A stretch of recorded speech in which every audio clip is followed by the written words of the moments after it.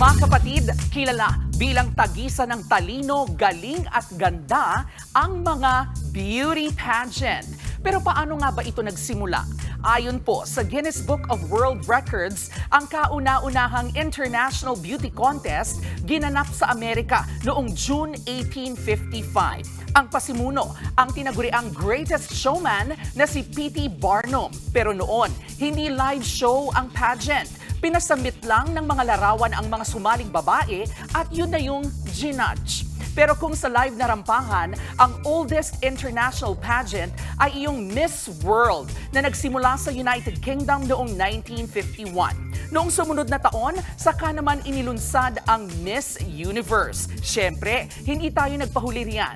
Inilaban po natin sa kauna-unahang Miss U stage sa Long Beach, California, si Teresita Sanchez, ang ating first ever Miss Universe Philippines. Pero kung ang usapan ay unang kinoronahang legit Pinay Beauty Queen, dyan na pura rampa ang ating Manila Carnival Queen na si Pura Villanueva Calao, na kinilala ring Queen of the Orient noong 1908. Pero bago po yan, itong si Pura, kilala ring aktibo sa kampanya para makaboto ang mga babae.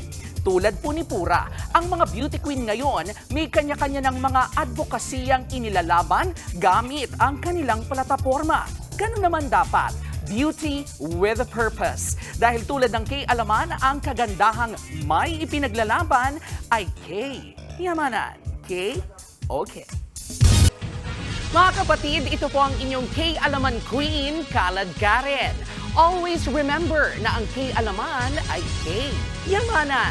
Kaya para sa latest showbiz news at dagdag impormasyon, mag-follow at mag-subscribe sa social media pages ng News 5. Okay?